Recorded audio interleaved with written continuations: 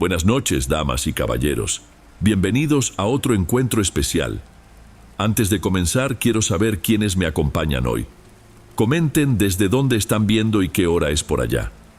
Bueno, vayamos con el primer relato.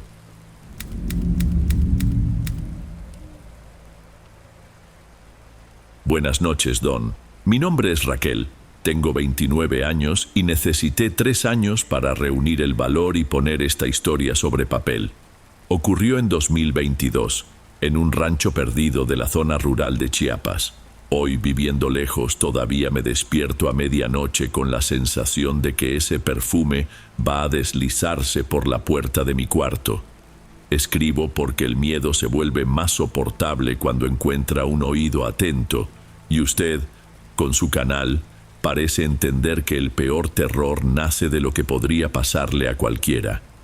Era enfermera recién graduada, huyendo de una relación violenta. Después de 4 años de bofetadas ocultas tras disculpas, metí mis cosas en una maleta de lona y corrí a la central de autobuses de Tuxtla Gutiérrez. Necesitaba desaparecer del radar de mi ex, y la propuesta que me mandó una agencia de cuidados domiciliarios sonaba providencial. Casa, sueldo adelantado y sosiego a cambio de cuidar a Otacilio, viudo de 82 años parcialmente paralítico. Está lejos, pero es tranquilo, me aseguró la muchacha de RH. Tranquilo. En aquel entonces la palabra sonaba a medicina. Hoy me parece chiste. Llegué una tarde de febrero, los brazos pegajosos a la camiseta, la cabeza punzando bajo la bóveda húmeda que es el cielo chiapaneco en temporada de lluvias. La hija del anciano, Lenira, me recogió en una brecha de terracería y rodamos casi 1 hora entre potreros, selva y pantanos. A cada curva, las tablas del piso de la camioneta crujían. Yo rezaba para que la llanta no se hundiera en el lodo. Cuando la pick-up se detuvo frente a la casa, sentí que había retrocedido 2 décadas. Madera oscura, veranda alta, faroles de queroseno colgados, antena de radio amarrada a un bambú. Señal de celular aquí es leyenda, anunció Lenira, acomodándose los cabellos sudados en la frente. Pero se acostumbra. Después de unos días el silencio se hace amigo. El silencio nunca fue mi fuerte. El silencio es ruido que no se entiende. Aún así asentí. Conocí al señor Otacilio, piel finísima, ojos blanquecinos, rostro surcado de vasos rotos. Solo movía el brazo derecho y la cabeza. Al verme sonrió torcido y susurró: «¿Isabel? ¿Volviste?» Expliqué que me llamaba Raquel, la nueva cuidadora. Él parpadeó lento, insistiendo: «Isabel, mi flor». Lo atribuí a la edad, Alzheimer inicial, según el reporte. Me instalé en un cuartito al fondo, paredes de tabla que dejaban pasar viento, voces y después otras cosas. Mi rutina empezaba antes del alba: levantarme, encender el fogón de leña, hervir agua, espesar atole de masa con piloncillo y canela, espolvorear epazote, cambiar pañal, girar el cuerpo de don Otacilio para evitar escaras, limpiar llagas rosadas. Luego café aguado para mí, el radio de pilas sintonizado en la hora nacional para fingir compañía.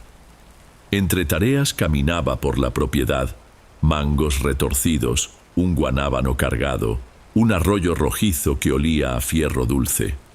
A veces un grupo de zaraguatos aullaba a lo lejos, otras tepezcuintles cruzaban la maleza.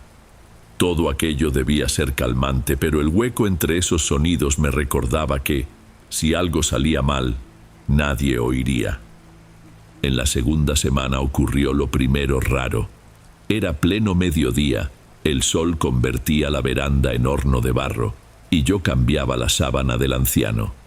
De pronto, el cuarto se llenó de un perfume dulzón, empalagoso, mezcla de cajeta quemada, jazmín y alcohol barato. Era tan denso que sentí el aire pegajoso en la piel. Miré alrededor, ni frascos ni flores. Abrí la ventana. El olor no cedió. Don Otacilio abrió los ojos, sonrió como niño sorprendido en travesura y cuchicheó. Llegó Isabel a cuidarme. Contesté que me llamaba Raquel, pero él siguió. Isabel, mi flor, se alegra cuando huele a sí misma. Fingí no oír. No era la primera vez que un anciano proyectaba recuerdos en su cuidador, pero el olor me quedó atorado en la garganta todo el día. En la tercera semana el perfume se volvió visita puntual. Llegaba diario, casi siempre entre 2 y 3 de la tarde, cuando el calor azotaba el techo. Podía marcarlo en mi reloj biológico.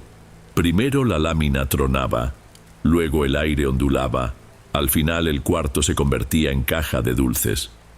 En esos momentos don Otacilio reía, miraba un punto fijo, siempre el mismo, como si alguien estuviera allí de pie. Aún no era terror, solo incomodidad. Estamos hechos a convivir con olores. Café, moho, PVC quemado. Pero cuando el olor no tiene origen, se vuelve amenaza. Empecé a olfatear el cuarto como perra. Revisé cómoda, buró, cortinas. Sobre el armario, protegido por un mantel de ganchillo mohoseado, hallé una cajita de terciopelo marrón. Dentro, un frasco de vidrio grueso, etiqueta dorada descascarada. Parfums Bells, dulce de jardín, vacío. Aún así, despedía el mismo aroma que me ahogaba cada tarde. Guardé el hallazgo pensando en preguntarle a la familia. La ocasión llegó en la 4ª semana. Lenira vino con su hermano Antonio trayendo latas y pañales. Les mostré el frasco. Todavía suelta olor, expliqué. Los dos se miraron. Antonio encogió los hombros. Seguro quedó de la muchacha anterior. Isabel, completó la hermana, relamiendo la sílaba como quien prueba espinas. Se desplomó en la veranda, murió al instante. Papá nunca lo superó. Quise saber más, pero cambiaron de tema, apilaron los víveres y se fueron a la carrera. Horas después, al colgar mi hamaca en la sala para una siesta, noté que habían dejado la puerta entornada, tal vez adrede. A la fecha no sé si fue descuido o intención. La noche siguiente desperté empapada. Luna llena reflejada en el arroyo y un rumor de pasos ligerísimos hizo gemir el entablado fuera de mi cuarto. Pensé en Puma, en Tejón, en lo que pudiera tragar.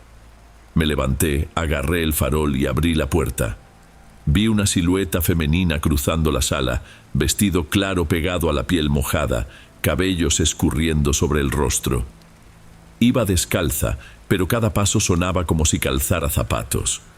Y el perfume era casi sólido, empujaba el aire. Contuve la respiración, el farol tembló en mi mano. La mujer se detuvo ante la puerta de don Otacilio, tocó la manija y volvió el rostro hacia mí. No vi facciones, solo el contorno de una sonrisa delgada de quien reconoce algo querido. En el acto, todo se apagó como vela al viento. Corrí al cuarto del anciano, dormía tranquilo, pero la mano derecha apretaba la nada, dedos entrelazados en nada. La funda olía a dulce de jardín.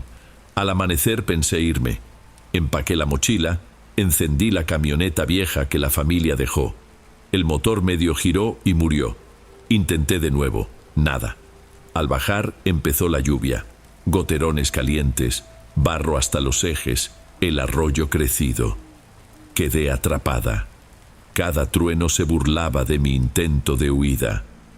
Atrapada, hice lo que toda enfermera terca, leer papeles. Revolví cajones y hallé carpetas viejas del seguro médico, recetas, recibos de luz. Al fondo del último cajón, un sobre pardo sujeto con liga. Dentro, recortes arrugados. Cuidadora muere al caer. Accidente doméstico conmociona a la comunidad. Fotos mostraban la fachada, cinta amarilla en la veranda, un cuerpo bajo sábana en el pasto. Entre los recortes, una copia incompleta del parte policial. Sospecha de empujón, testimonios divergentes, investigación suspendida por falta de pruebas. Estaba rasgado justo en la parte que listaba nombres de sospechosos. Me mareé. Salí al mundo exterior para huir de la violencia y me metí en un lugar donde estaba impregnada como moho. Primer impulso, llamar a la policía, pero el radio, chisporroteando, avisó que no habría señal. Segundo impulso, encarar a la familia. Cobarde, opté por esperar. El olor volvió más fuerte esa tarde, pero no llegó solo. Mientras cambiaba la sonda del anciano, noté marcas moradas en su muñeca, como dedos clavados. Él lloraba repitiendo: yo no quería, fue Lenira quien... Hasta entonces él no enlazaba nombres con hechos. Sujetándome la blusa, rogó que no dejara que ella se lo llevara. El aire se volvió tan espeso que tuve náusea. Fue cuando el vocabulario académico cedió ante el miedo crudo. Fantasma. El punto sin retorno llegó en la 5ª semana, en la hora más negra antes del amanecer. Un grito me arrancó de la hamaca. Corrí, abrí la puerta del cuarto de don Otacilio. Estaba medio incorporado, apoyado en el brazo firme, mirando el techo donde se formaba una mancha oscura, como nube de hollín. Dentro se delineaba el rostro de la mujer que había visto en la sala. Boca lívida, ojos hundidos pero fijos. La mancha descendió y flotó sobre el anciano que gritaba nombres mezclados. «Isabel, Flor, niña, perdóname». El farol titiló. La llama casi murió. Olí queroseno mezclado con perfume. Las piernas se me trabaron, pero debía actuar. Si él caía y se fracturaba, sería culpa mía. Hundí el brazo en la nube helada, toqué su hombro, tiré. La sensación fue de meter el brazo en cubeta de agua fría, pese al calor. La sombra se replegó y se disolvió cerca de la ventana. Todo duró segundos, pero el cuarto quedó impregnado de olor por horas. Con la luz lechosa de la mañana decidí recolectar prueba. Tomé la vieja grabadora de casete que guardaba cantos religiosos. Inserté una cinta virgen que siempre cargo, soy nostálgica, y me senté al lado del paciente. «Don Otacilio, ¿qué pasó con Isabel?» Lloró, dudó y habló. La muchacha quería denunciar, dijo que iría al pueblo a contarle a la jefa de enfermeras cómo me trataban. Lenira se enfadó, mandó a Antonio que le diera un susto. Yo empujé, despacio, solo para asustar. Perdió el equilibrio, pegó en la orilla. Mucha sangre. La confesión salió salpicada de llanto y tos. Grabé todo. Cuando apreté stop, un viento surgido de la nada azotó la puerta. El perfume se esfumó. Al mirar la cinta aún girando, sentí que tenía en la mano una cuerda sacando algo de debajo del lodo tras años. Pasé día y noche vigilando la carretera, esperando ver faros, pero cayó otro temporal. Consumí las últimas velas, rajé leña húmeda, viví de galletas saladas y café frío. El anciano durmió. Yo, casi sin pegar ojo, repasaba el plan. Entregar cinta, parte, todo, aunque fuera caminando a la cabecera municipal. La lluvia se dio al amanecer del 7º día tras la confesión. El cielo se abrió como pidiendo disculpas. Decidí probar la camioneta. Después de media hora drenando gasolina del generador, el motor arrancó con un gemido. Guardé la cinta en el bolsillo interno del uniforme, cerré la puerta de la casa. Entonces noté la veranda limpia, sin grietas. El sitio exacto donde Isabel cayó brillaba distinto, como madera recién pulida. Y ni rastro de perfume. Tragué saliva y partí. 40 kilómetros después, llegué a la comisaría de un pueblito. El secretario me miró como si trajera un ovni, pero aceptó la cinta. Un investigador me acompañó al rancho al día siguiente. Encontró, dentro del ropero, la camisola rota de Isabel, manchada de sangre marrón. Halló también la tapa del perfume, rosca quebrada. Todo enviado a peritaje. También localizaron un reporte médico que indicaba contracción en la muñeca compatible con agarrarse de alguien antes de caer. No podían ignorarlo. Lenira y Antonio alegaron inocencia. Decían que yo buscaba dinero, pero la grabación fue peritada, declarada auténtica. El juez ordenó internar a don Otacilio mientras se esperaba audiencia. Nunca se realizó. Murió de neumonía 2 meses después. La familia apeló. El asunto se enredó. Mi declaración se tomó por video, muy lejos de allí. ¿Fin del proceso para mí? Casi. Volví a Tuxtla, renté cuarto cerca de la universidad, intenté retomar la vida. Por un tiempo todo fue normal, pero el perfume a veces aparecía en lugares improbables. Fila del banco, pasillo del hospital donde trabajé después, autobús en alto. Duraba unos segundos, suficiente para helarme la nuca. Dicen que la memoria olfativa es la más persistente. Tal vez sea explicación simple. Prefiero creerlo. En septiembre de 2024 entré en una tienda de usados en Comitán buscando una lámpara. Sobre un estante polvoriento reconocí de inmediato el frasco de Parfums Bells, dulce de jardín, lleno, tapita intacta. Al tocar el vidrio sentí una ligera vibración, como pulso discreto.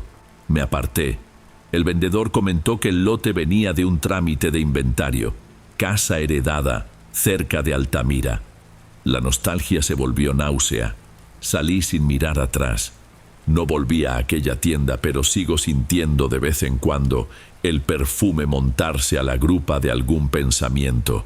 Si es aviso, reclamo o solo mi conciencia rumiando, no lo sé. Aprendí que nadie está realmente solo cuando elige el aislamiento. El pasado siempre encuentra camino. A veces llega en forma de olor demasiado dulce para ser natural. Le cuento esto, Don, para quien piensa esconderse del mundo en alguna brecha de terracería. Cuidado. La soledad hace eco a los fantasmas que ya existen e invita a otros a entrar. Y si, en una tarde bochornosa, usted percibe un perfume sin frasco, acuérdese de mí. No es recuerdo lindo ni propaganda. Es peligro anunciando presencia.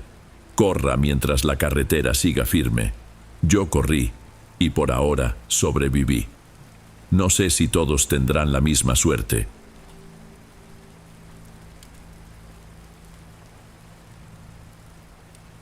Antes de pasar al siguiente relato, asegúrate de estar suscrito al canal y de haber activado la campanita para recibir las próximas historias. Aprecio mucho tu compañía y tu apoyo hace toda la diferencia. Bueno, sigamos.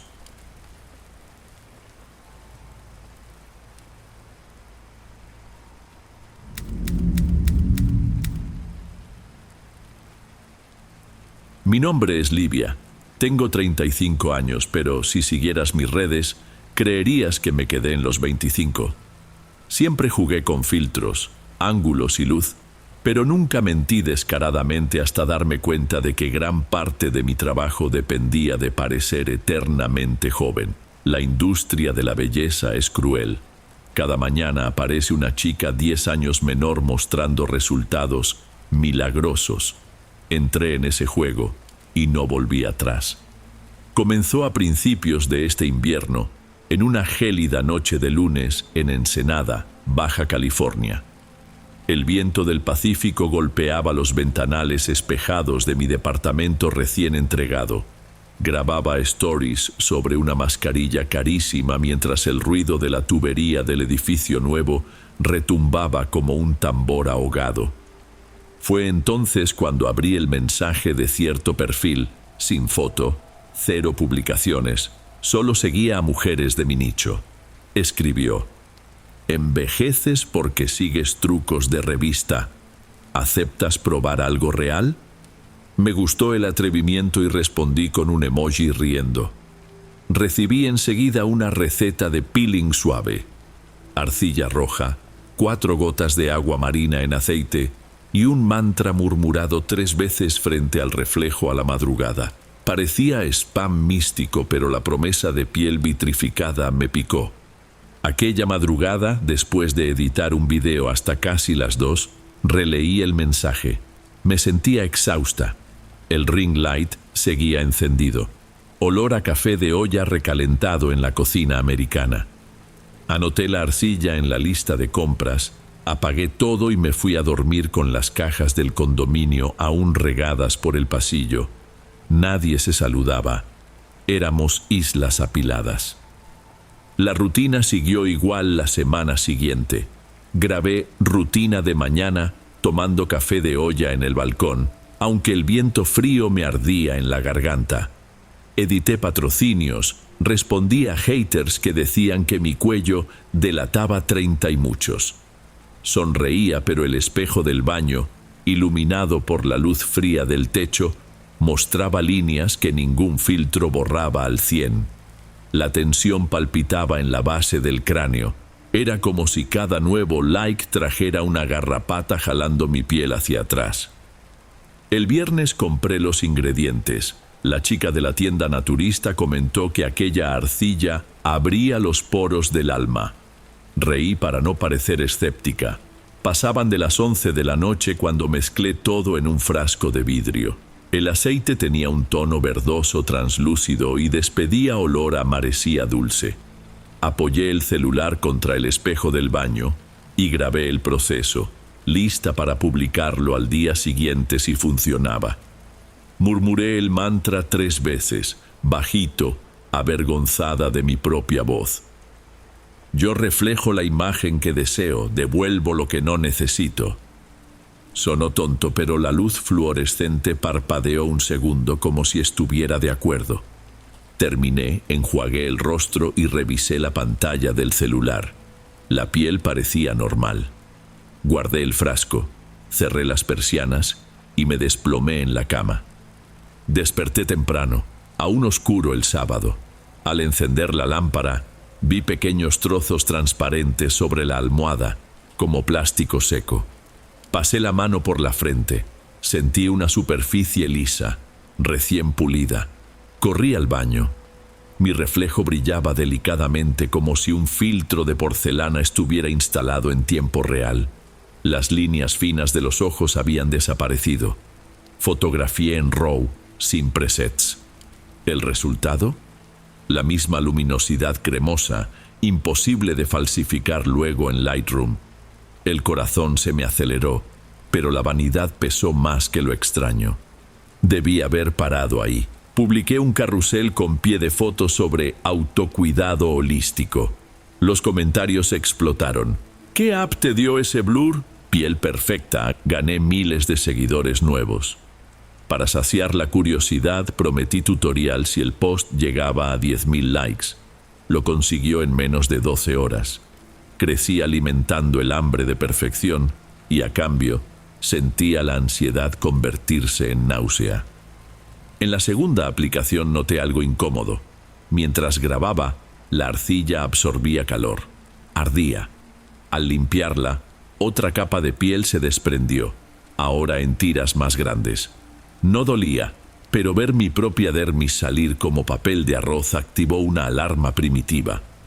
Observé que, aún sin repetir el mantra, la piel seguía descamándose, como si el espejo hubiera memorizado la fórmula. Aún así, la cámara mostraba un rostro impecable sin enrojecimiento.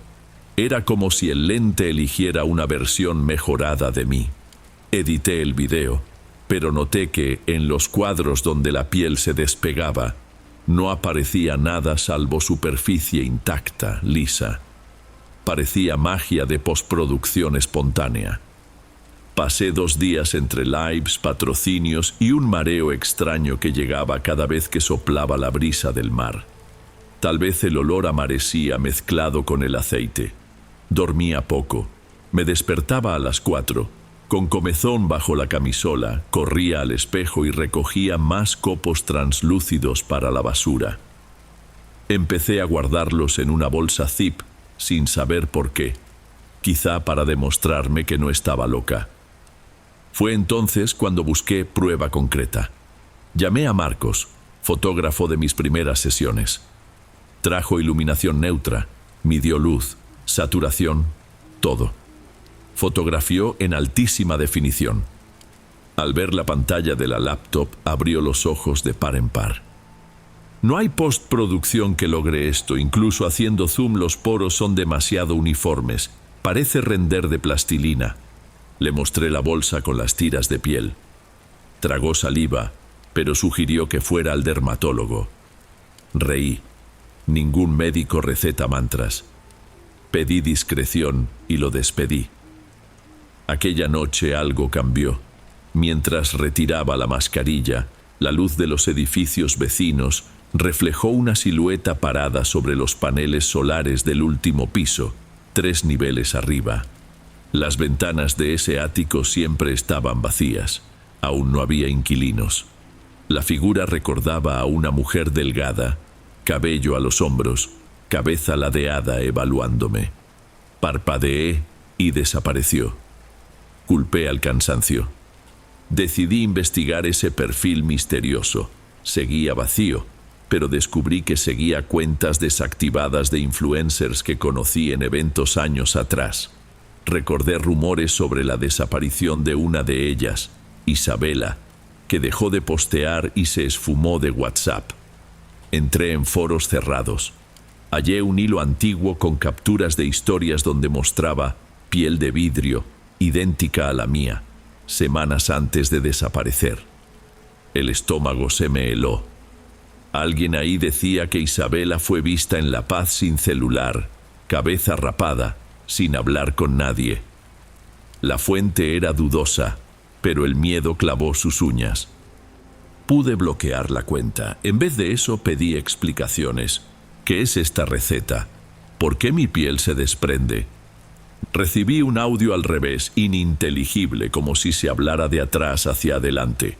Cometí el error infantil de invertir el archivo en un editor. Escuché mi propia voz susurrando. Con cada cambio, más reflejo, menos cuerpo. Tiré el celular, aspiré el aire helado que entraba por la ventana entreabierta. La noche olía a sal y a moho fresco de las áreas comunes del condominio. En el espejo, noté mis ojos ligeramente más claros, un verde que jamás tuve. Toqué el rostro, frío, sin textura humana. La cámara, encendida sobre el trípode, parpadeó sola y tomó una foto. Durante días evité repetir el ritual, pero despertaba con la piel desprendiéndose igual, como si ocurriera sola durante el sueño. El frasco de arcilla se secaba y agrietaba, sin embargo la luminancia seguía aumentando. Fui al dermatólogo. Bajo luz clínica mi dermis mostraba microfisuras sangrantes. En la foto de control, nada salvo superficie espejada. Habló de fotodermatitis, recetó pomada y pidió estudios. Salí sintiéndome un holograma resquebrajado. Los vecinos comenzaron a notar. El portero, señor amable que rompía el hielo del edificio, comentó: «Señora Livia, parece usted muñeca de vitrina, ¿sabía?». Sonreí, pero un escalofrío me recorrió. Miraba mis mejillas sin parpadear. En el reflejo del vidrio de la garita vi otra vez aquella silueta, detrás de mí, mismo ángulo de la noche anterior. Al volverme, nada. Regresé al departamento y cubrí los espejos con sábanas. Fue inútil. Las pantallas encendidas reflejaban mi imagen pulida. Hasta el agua de la tetera mostraba un rostro cristalino. Intenté destruir el frasco, pero en el instante en que estalló, un crujido recorrió las tuberías y escuché el mantra resonar como canto gregoriano. Dormía cada vez menos. El cuerpo adelgazó porque masticar provocaba sangrado en las encías. Entre lives, recolectaba pedazos de piel ya rosados, más gruesos, como cáscara de hule viejo. Salían sin dolor, pero dejaban carne viva que, ante la cámara, aparecía intacta. Los seguidores subían en cascada. Grandes marcas empezaron a pedir presupuesto. El 26 de agosto de 2024, madrugada de viento pacífico violento, la luz de la sala titilaba. El espejo del pasillo temblaba como agua. Sentí punzadas en el cuero cabelludo y mechones enteros se deslizaron entre mis dedos, lisos, sin raíz. Abrí la app para hacer una live final, quizá pedir ayuda, pero los botones grabaron solos. Mi voz salió metálica, repitiendo el mantra en bucle. Me veía a mí misma hablar sin mover los labios. Era la silueta usando mi cuerpo como micrófono. Las notificaciones se dispararon. La mejor live de skincare del año. Lágrimas calientes caían, pero en el video solo aparecía brillo saludable. Entonces, como si el algoritmo se poseyera, mi perfil envió mensajes privados con la receta a otras influencers. Reconocí el nombre de Julia, chica de 19 que se viralizaba. Intenté borrar, pero el celular se congeló. Escuché pasos en el pasillo, aunque el edificio estaba vacío a esa hora. La puerta se azotó sin viento. Un olor a marecía rancia inundó el ambiente.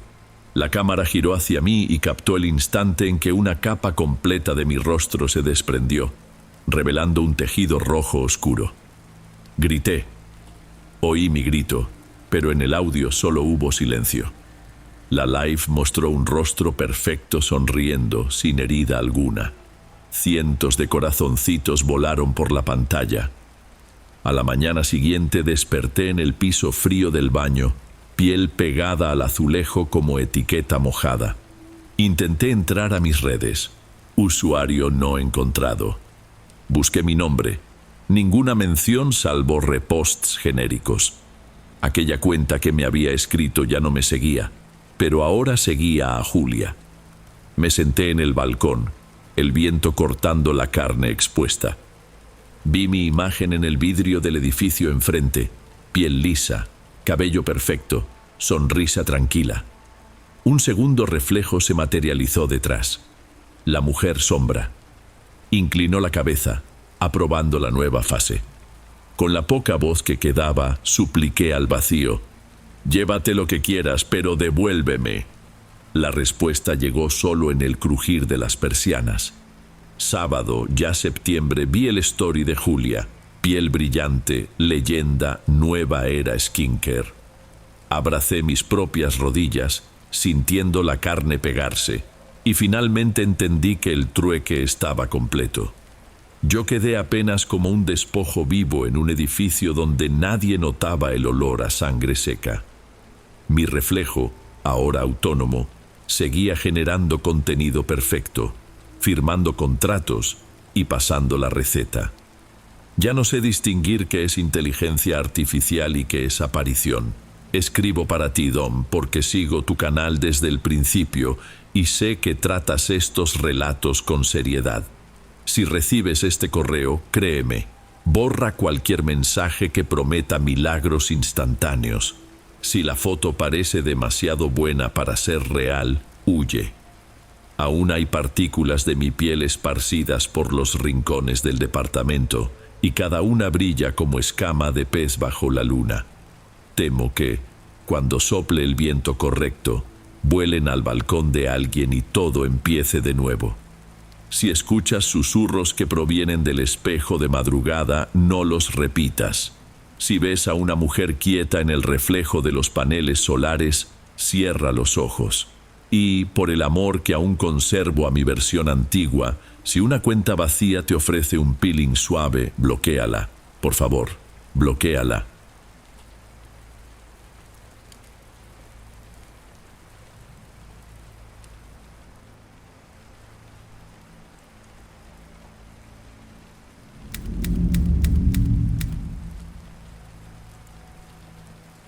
Buenas noches, Don. Me llamo Augusto, tengo 48 años y necesito compartir algo que todavía me roba el sueño casi todas las madrugadas. En 2021, cuando todo esto comenzó, yo era gerente de logística en una transportadora aquí en Tabasco, o al menos fingía que lo era. En realidad, aquel lunes sofocante de agosto recibí en la recepción un sobre Manila con mi despido. Decir que me sentí derrotado sería poco. Me sentí deshecho. Pasé al baño de la empresa, me lavé la cara varias veces y en vez de volver directo a casa, subí a mi coche. Lo había comprado en una subasta de la policía un mes antes, sin preocuparme por su procedencia, y manejé sin rumbo. Era casi mediodía. El vapor que subía del asfalto hacía que las líneas blancas parecieran líquidas. En aquel instante tomé una decisión cobarde: esconderle la noticia a mi familia. Yo, Augusto, ex sargento, que predicaba disciplina a los demás, ya no tenía valor para enfrentar mi propia verdad. Hice lo que cualquier hombre orgulloso y desorientado haría. Estacioné en una plaza comercial decadente, de esas que surgieron cerca de la zona industrial cuando parecía que todo mejoraría, pero hoy acumulan locales cerrados y olor a tabla roca húmeda. Ahí pasé las horas siguientes. Caminé por el área de comida casi vacía, pedí un caldo de camarón recalentado y mastiqué el picor del chile habanero mientras ensayaba una explicación que nunca llegaba. Volví al coche antes de la lluvia de la tarde y noté un detalle incómodo. El asiento del conductor despedía un olor dulce a moho mezclado con sudor añejo, como si hubiera dejado una camisa mojada ahí durante días. Bajé los cristales. No sirvió. Pasé un trapo con alcohol comprado en una tiendita de todo a 10 pesos. Nada. El olor parecía impregnado en la espuma del asiento, como si el coche hubiese decidido registrar mi vergüenza. En los días siguientes mi rutina se volvió un teatro. Salía antes del amanecer, fingiendo un compromiso, y estacionaba en distintas plazas decadentes o en calles laterales con caseta. Compraba un periódico, leía encabezados que ya no tenían sentido y dividía el tiempo entre el volante y pequeños paseos por los locales vacíos. Cada regreso al coche era un golpe en la nariz, el mismo olor, quizá más fuerte. Llevaba frascos de desinfectante, dejaba el aire acondicionado al máximo, envolvía toallas en el asiento. Nada surtía efecto. Apenas notaba que poco a poco la misma ropa que usaba adquiría ese trazo de moho, tan leve que nadie lo comentaba, pero yo lo sentía. Era como si el asiento se convirtiera en parte de mi cuerpo, o yo en parte de él. Fue un sábado de septiembre cuando noté el primer boleto de estacionamiento en el piso del coche. El papel tenía el sello de la plaza donde había estado 2 días antes, pero mostraba una fecha futura: 28 de septiembre de 2021. Pensé que la máquina había impreso mal y lo tiré, abriendo la puerta del pasajero. El lunes apareció otro boleto, ahora con 30 de septiembre. La coincidencia me pareció tonta, quizá culpa mía por dormir con los ojos abiertos. Lo tiré de nuevo. Sin embargo, la mañana siguiente había 2 boletos sobre el asiento, uno sobre otro, ambos arrugados, como si alguien los hubiera apretado contra la tela.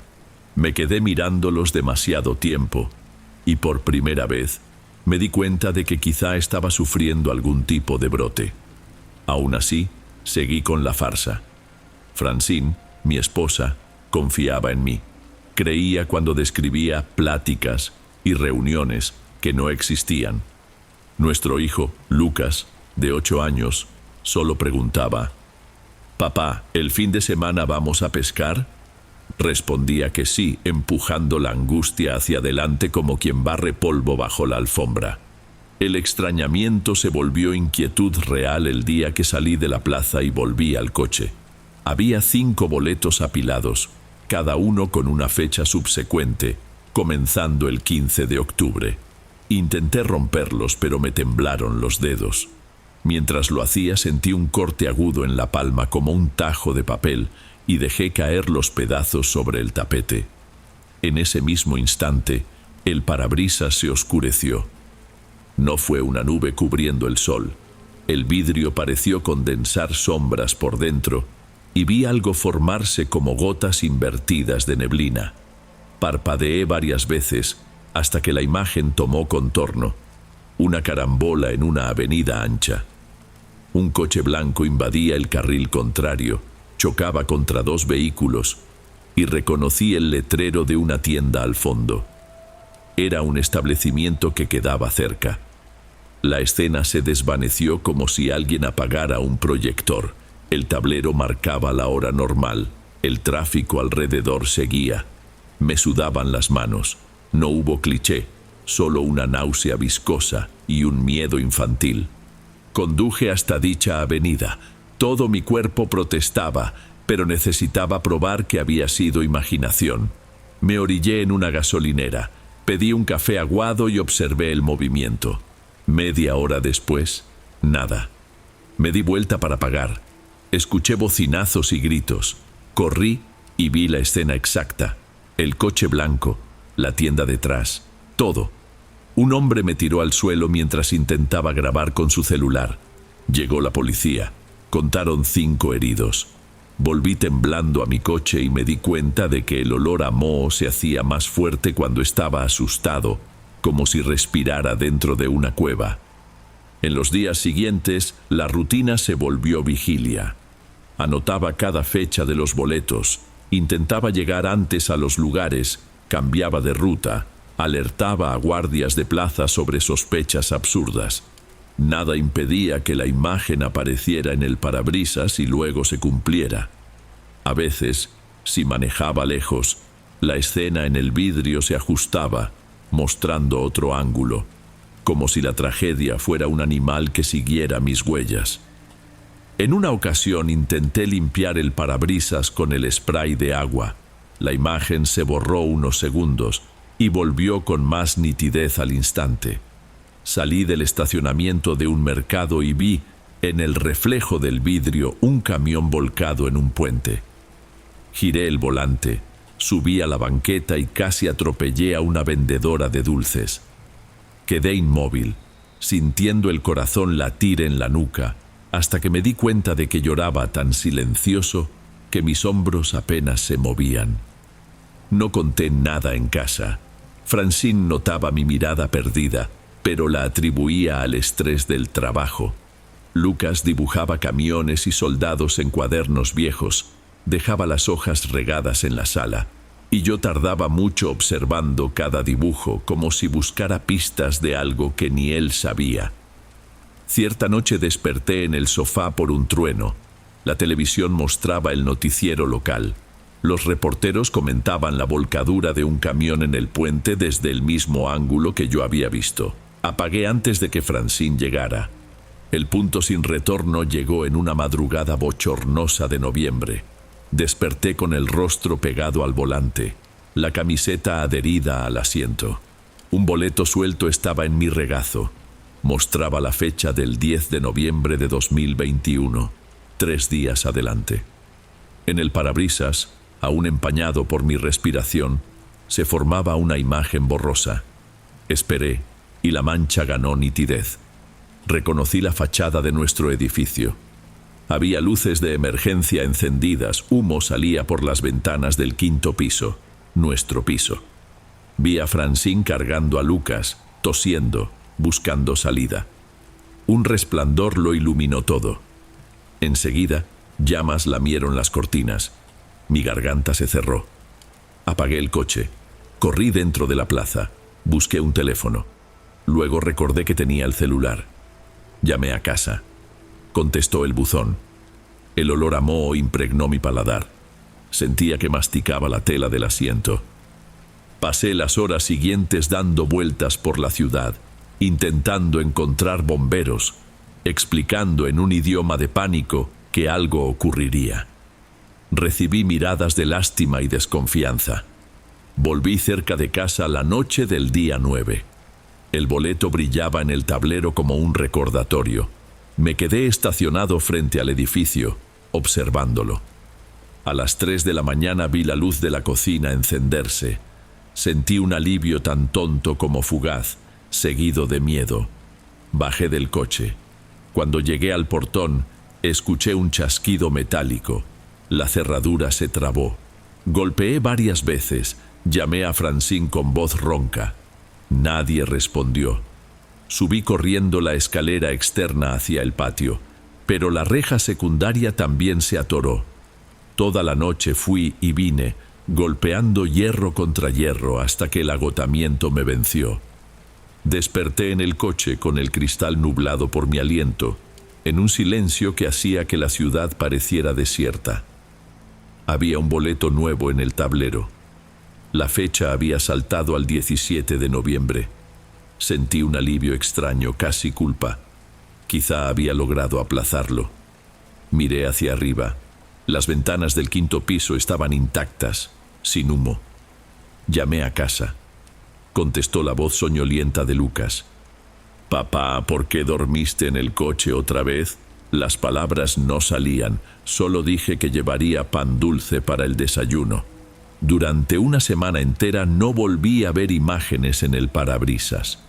Acompañé a mi hijo a la escuela, hice compras con Francine, anuncié que tomaría vacaciones para unos ajustes en la empresa. El olor a moho, sin embargo, no disminuyó. El asiento parecía vivo, recordándome en cada frenada quién era en realidad. Un domingo por la mañana decidí limpiarlo todo de nuevo. Levanté la tapicería, quité la funda, restregué con cloro, lo expuse a la luz directa del sol. Cuando me agaché para volver a atornillar, encontré una pila ordenada de boletos de estacionamiento, todos con fechas entre diciembre de 2021 y febrero de 2022. Cada hoja tenía una esquina quemada. El calor de aquella mañana no explicaba las marcas de fuego. Toqué uno. Estaba frío, pero dejó un residuo oscuro en mis dedos, como hollín. Pensé en arrancar el asiento, quizá incendiarlo, pero el miedo irracional de liberar algo peor me paralizó. Entonces la imagen reapareció en el parabrisas. Yo seguía de rodillas afuera y vi mi reflejo disolverse en el vidrio. En su lugar apareció Lucas, más grande, quizá de 9 o 10 años, con el uniforme de la escuela. Caminaba por la acera opuesta, distraído con el celular. Un camión venía demasiado rápido. Intenté incorporarme, tropecé con las herramientas, golpeé la cabeza contra la puerta. La imagen desapareció en un parpadeo. Miré al patio. Lucas pateaba un balón descolorido, riendo con un vecino. No había camión alguno. A partir de ahí, las visiones se hicieron más frecuentes, a veces 3 por día, con las fechas de los boletos corriendo delante de mi propia respiración. No sé cuántas noches dormí dentro del coche ni cuántas mañanas desperté sin distinguir sueño de vigilia. Francine empezó a tratarme como a un enfermo. Dejaba café en un termo, notas de ánimo en el refrigerador que apenas abría. No la culpo. Yo mismo desconfiaba del reflejo que ningún espejo mostraba, porque mi imagen vivía atrapada en el parabrisas. Comencé a dudar de que hubiera un final para aquel juego de fechas. Pensé en vender el coche, pero algo me lo impedía. El asiento, el olor, los boletos. Todo era parte de un mismo organismo que respiraba conmigo. La noche del 20 de diciembre desperté con truenos devorando la ciudad.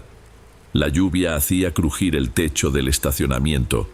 El parabrisas estaba negro, como apagado. Alivio y terror se mezclaron. No sabía qué esperar.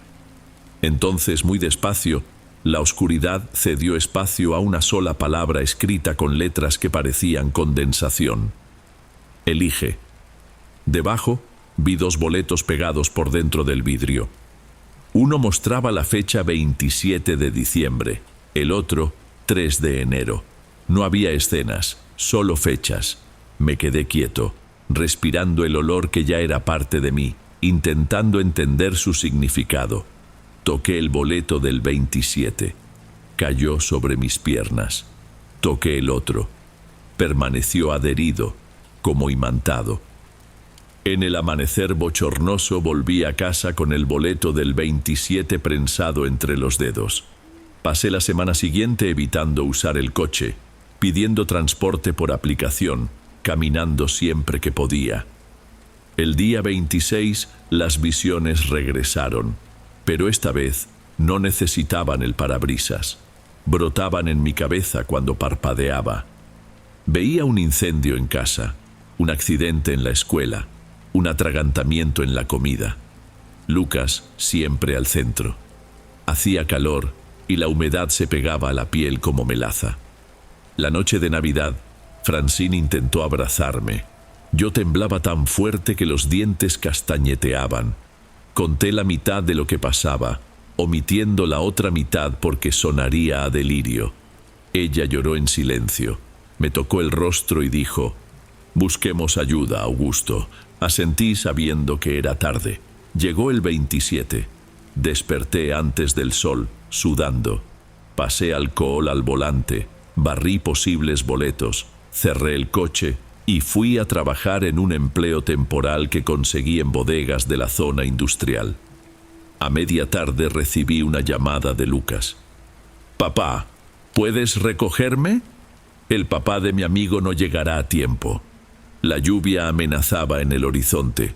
Conduje sin pensar.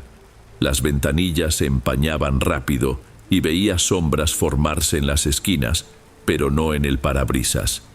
Cuando Lucas subió, el olor a moho pareció expulsar el aire. Frunció la nariz, pero rió. «Tu coche apesta desde siempre». Fingí una risa. Al tomar la curva para salir a la avenida principal, una camioneta se pasó el alto y se cruzó frente a nosotros. Pisé el freno. Sentí el cinturón sujetar a Lucas. Luego escuché el estampido. Otro coche chocó la parte trasera de la camioneta que giró y golpeó mi defensa. Mi mundo se volvió metal y vidrio roto.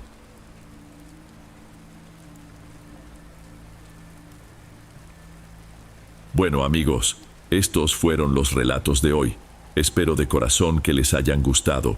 Subo nuevos videos todos los días y me dará mucho gusto verlos en los próximos.